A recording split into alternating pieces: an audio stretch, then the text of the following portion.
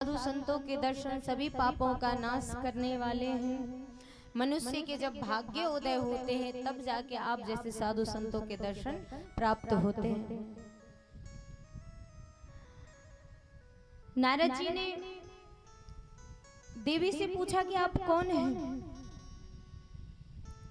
और ये दो पुरुष आपके आजू बाजू में जो वृद्धावस्था में है, मरणासन अवस्था में, ये कौन है? इनकी स्थिति ऐसी क्यों है?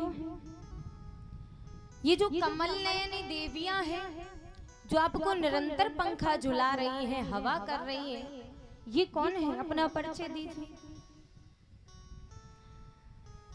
भक्ति माता ने कहा, मेरा नाम भक्ति है। ये ज्ञान और वैराग्य नामक मेरे दो पुत्र हैं। कौन है महाराज? ज्ञान और वैराग्य नामक मेरे दोनों पुत्र हैं। समय के फेर से ये दोनों जर्जर हो गए, इनकी ऐसी स्थिति हो गई है। ये देवियां गंगा यमुना आदि नदियां हैं जो पंखा झुला रही हैं महाराज। देवियों के द्वारा सेवित होने पर भी महान महान देवियां उनको पंखा झुला रही हैं, लेकिन उनके द्वारा सेवा प्राप्त करने पर भी इनकी अवस्था ठीक नहीं हो रही। कृपा कर हमारे इस दुख का कारण बताइए, इस दुख से हमें निवृत्ति प्राप्त करवाइए, इस दुख से हमारा पीछा छुड़वाइए। उन्होंने बताया कि मैं द्रविड़ देश में उत्पन्न हुई, कर्नाटक में पली बड़ी, कई महाराष्ट्र में सम्मानित हुई, किंतु मुझे गुजरात में बुढ़ापे ने आ गया। वहां घोर कलयुग के प्रभाव से पाखंडियों ने मुझे अंग भंग कर दिया। चिरकाल से मेरी यही अवस्था है, इसी अवस्था में मैं हूँ। लेकिन जब से मैं वृंदावन आई हूँ, वृंदावन पुनः प्राप्य, जब से मैं वृंदावन आई हूँ तब से मेरी अवस्था तो ठीक हो गई है, लेकिन मेरे पुत्रों की अवस्था में कोई परिवर्तन नहीं है। उन्होंने बताया कि महाराज, मेरी स्थिति ठीक होने का कारण है कि वृंदावन में भक्ति तो सब कर रहे हैं, लेकिन ज्ञान और वैराग्य कोई धारण नहीं कर रहा। मेरे दोनों पुत्रों का कोई ग्राहक नहीं है महाराज।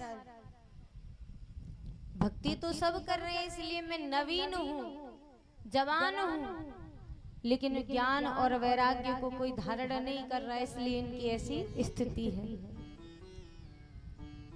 ज्ञान कौन लेना चाहता है? किसी को आप चार ज्ञान की बातें करेंगे तो हमारे पास खूब ज्ञान है, अपना ज्ञान अपने पास रखो, कहते हैं कि नहीं?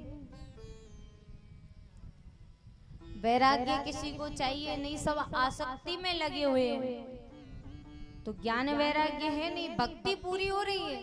अब दिखावा सही, नाटक नौटंकी सही, लेकिन भक्ति तो हो रही है। चाहे मंदिर में जाओ, बिहारी जी के में मोबाइल लेके बिहारी जी की फोटो खींचने ही जाओ, लेकिन मंदिर में तो जा ही रहे, दिखावा तो हो ही रहा है, भक्ति तो हो रही है, चाहे किसी भी प्रकार से हो रही है, चाहे वो झूठी हो चाहे वो सच्ची हो, लेकिन ज्ञान और वैराग्य कोई धारण नहीं कर रहा है। नारद जी ने अपनी ज्ञान दृष्टि से हृदय में उनका पूरा दुख देखा, उनको बताया कि कलयुग में सदाचार, तप, योग, वैराग्य, ज्ञान सब लुप्त हो रहा है। इनके कारण ही तुम्हारे पुत्रों की ऐसी स्थिति है। वृंदावन के संयोग से तुम नवीन स्वरूपिणी हो गई हो, जवान हो गई हो। धन्य है ऐसा वृंदावन धाम, धन्य है ऐसा ब्रज धाम, जहाँ भक्ति प्रेम से नृत्य कर रही है। बोलिए नंद नंदन भगवान की जय जय श्री राधे। वृंदावन में ज्ञान और वैराग्य का बड़ा अभाव है। ये धाम है, यहाँ तो होना ही चाहिए। अभाव होने के कारण ही इन दोनों की ऐसी स्थिति है। नारद जी ने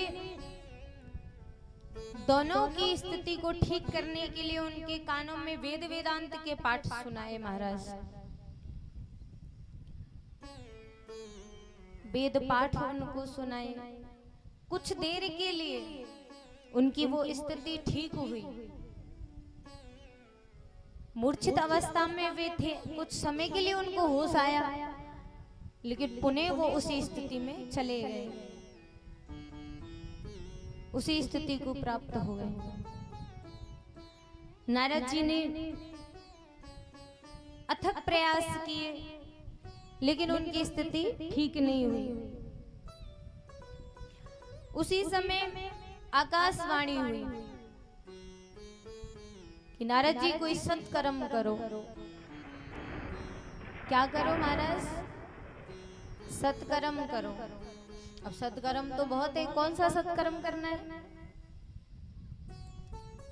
दान देना भी सत्कर्म है, किसी की सहायता करना सत्कर्म है, किसी भूखे को भोजन कराना भी सत्कर्म है, गाय को रोटी देना भी सत्कर्म है, मंदिर बनवाना सत्कर्म है, भागवत कराना सत्कर्म है। कौन सा सत्कर्म? आकाशवाणी ने बताया कि तुम्हें इस सत्कर्म के बारे में कोई संत शिरोमणि बताएंगे।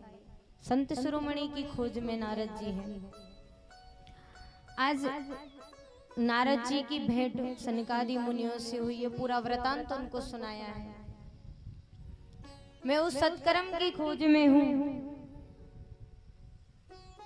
जिस सत्कर्म के करने से ज्ञान और वैराग्य की स्थिति ठीक हो जाएगी।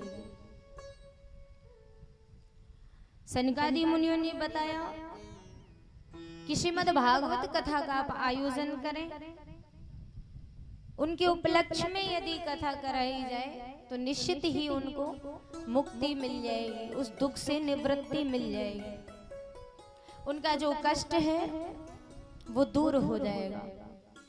नारद जी ने कहा मैं वेद वेदांत के पाठ उनको सुना के आया हूँ, बड़े बड़े वेदों को मैंने सुनाया है, उनसे उनके कोई लाभ नहीं हुआ, तो भागवत जी तो उनका फल है महाराज। वेदों को वृक्ष बताया है और भागवत जी को उनका फल बताया है। तुम्हारा जब मैंने बड़े बड़े वेदों का गायन कर दिया, पाठ सुना दिए, उनसे कोई आराम नहीं हुआ, कष्ट दूर नहीं हुआ, तो भागवत जी तो वेदों का फल है। सनकादि मुनियों ने कहा आपने अपने प्रश्न का उत्तर स्वयं ही दे दिया। जिस प्रकार वृक्ष में जड़ से लेके तने तक, पत्ते तक रस पर्यंत रहता है, जड़ से लेके पत्ते तक रस रहता है कि नहीं रहता वृक्ष में, लेकिन तृप्ति कब मिलती है, सुख कब मिलता है जब हम उसके फल को तोड़ के खाते हैं। पत्ती को खाने में आनंद नहीं, सुख नहीं मिलेगा, तने को खाने में सुख नहीं मिलेगा, जड़ को खाने में सुख नहीं मिलेगा, लेकिन फल को खाएंगे तो बड़ी तृप्ति मिलेगी।